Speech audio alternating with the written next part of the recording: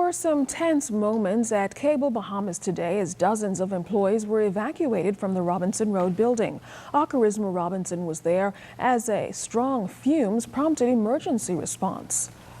When our news team arrived at the scene this afternoon, we met EMS personnel treating dozens of employees on site, and some employees had to be given oxygen as firefighters were trying to determine exactly how the fumes entered the building. Officer in charge at the scene, George Martin of Fire Services, said fumes from the adjacent Texaco service station led to the evacuation around 10 a.m. Fire Services first responded with 2 fire trucks after getting reports of a structural fire at the establishment. However, they later found out that harsh fumes were making people sick. As they were refueling, some of the employees became nauseated because of the fumes, heavy fumes that entered the establishment. Martin says this is not the first time something like this has happened at Cable Bahamas. He says the fumes entered the building on the southern side, and rain may have played a factor. Not per se a gas leak.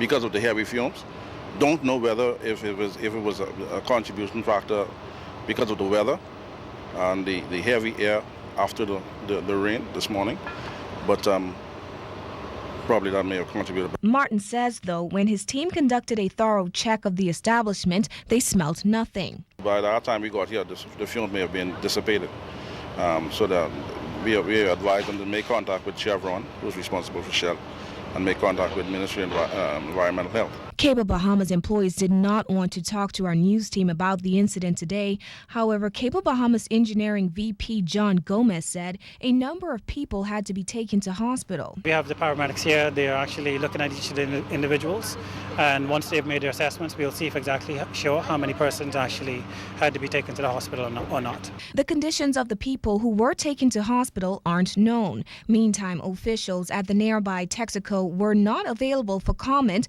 when ZNS News visited that station.